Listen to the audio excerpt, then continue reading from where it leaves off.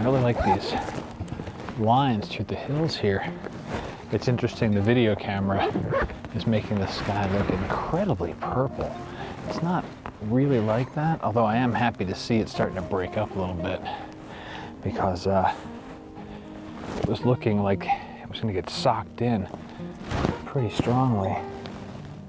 Still having trouble gaining focus. It's pretty darn low light. Let's up the ISO a bit. Auto. And I'm going to open up my aperture. Matter of fact, for the test shots, good old program mode.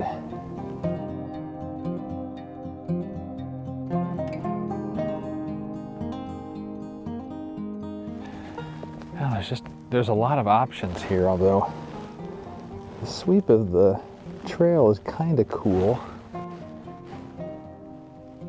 Wider shot, more sky for sure.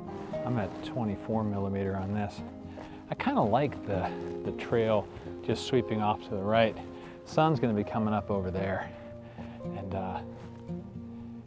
this might be my shot, because as I follow the trail with my eyes, there's a couple of power lines and a whole bunch of stuff that just really gets in the way of the landscape.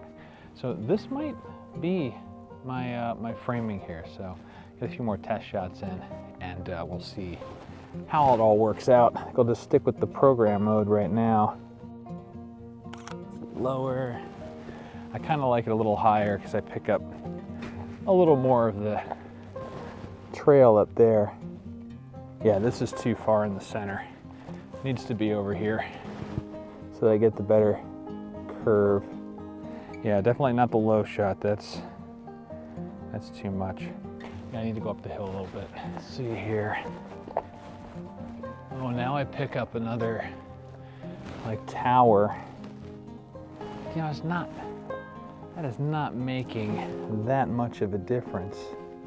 And if anything, I give myself one more thing to clean up and post. So as I creep closer, and there's a tower that's just dipping behind the horizon there, this might be my compromise right here. I think it's right where I have the video camera set up. That's going to be the spot to set up the full rig. So, all right, time to get to it.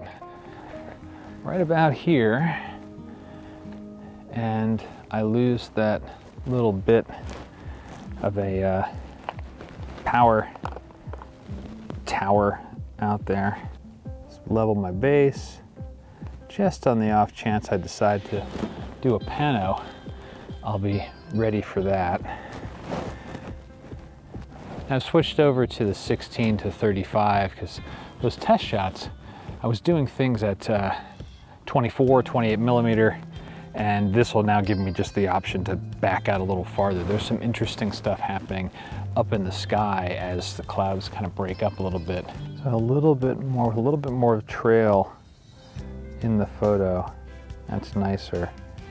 Although I did a couple of test shots, one at 24, one at about 26.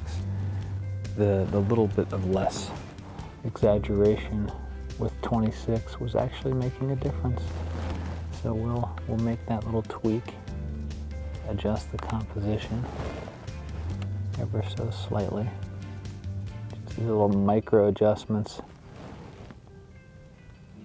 Let's see about that.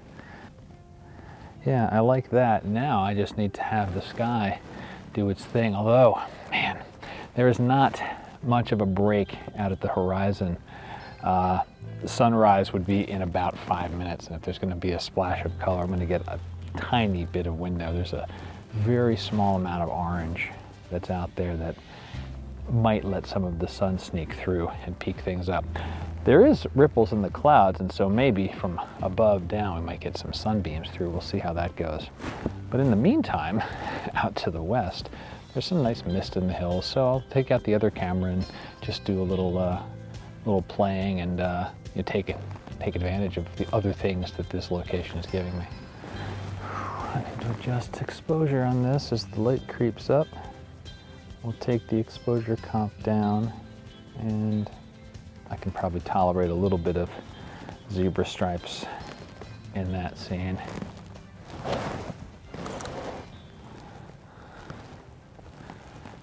What do we got over here?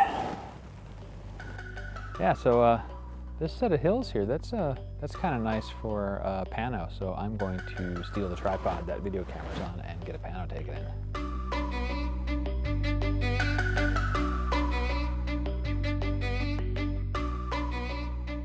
Well, the panos seemed to be unnecessary. There was too much deadness on either side, so I just ended up with a nice wide framing, picking up a good mix of the few of the trails that are going through the hills here and the sky. And speaking of the sky, returning back to this main composition, it's interesting to see how much it's changed in just a few minutes.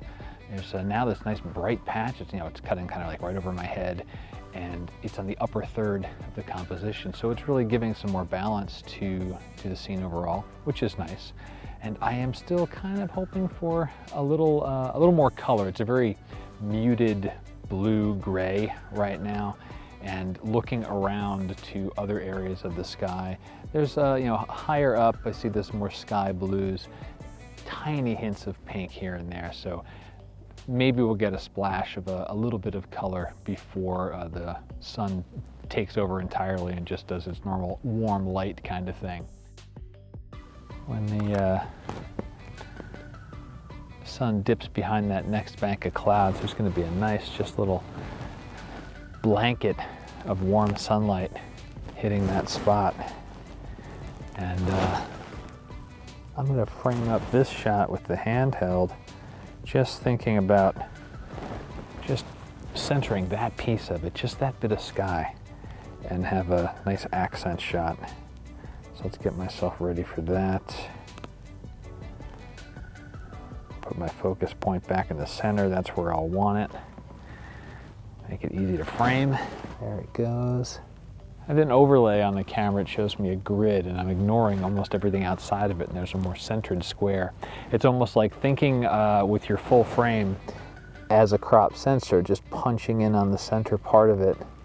So I'm really composing nearly a dead center for that nice little burst up in the sky.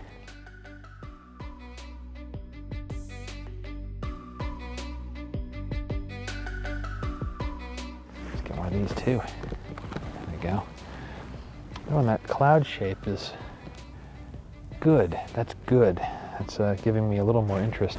I do wish that the foreground had picked up a little more of the light.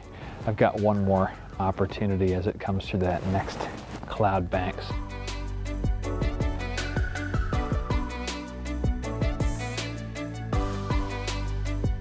Right, I think the last bit of fun I'm going to have is just set up the camera and let it do a very long exposure. The clouds are just moving really nicely through the scene. If I let that camera sit for 5 or 6 minutes, it'll be interesting. It'll be nice to see what it produces there. So yeah, do that.